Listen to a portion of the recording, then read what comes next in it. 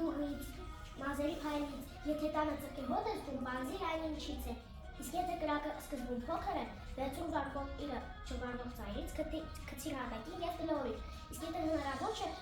կրակը համցնել 60 հաս կտոր, թռչի և գցիր վարվող իրի վրա։ Զանգահարի հրշեջ ծառայություն 101։ Եթե հրդե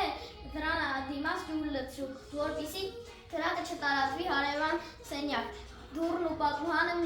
չի կարելի իրար հետ բացել, այն կբորբոքի կրակը։ Երեխաներ, էլեկտրական սար կարևելիս չի կարելի համցնել ջրով։ Եթե կրակը հնարավոր չէ համցնել, պետք է արագ դուրս գալ բնակարանից և փակել դուռը։ Պետք չէ թաքնվել լողասենյակում կամ նույնիսկ պարում։ Դա վնաս է առողջության տուփն ու գազը։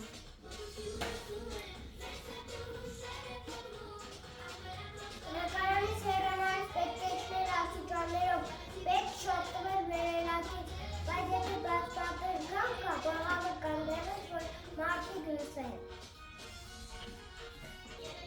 Եթե տանից գազի հոտ է զգում, պետք է արագ բացել պատուհանը կամ դուռը։ Չի կարելի լուցկի վառել։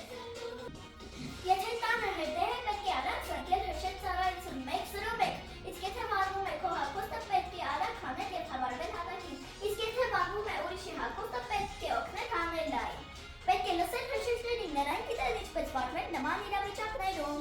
Երեխաներ հասկացաք,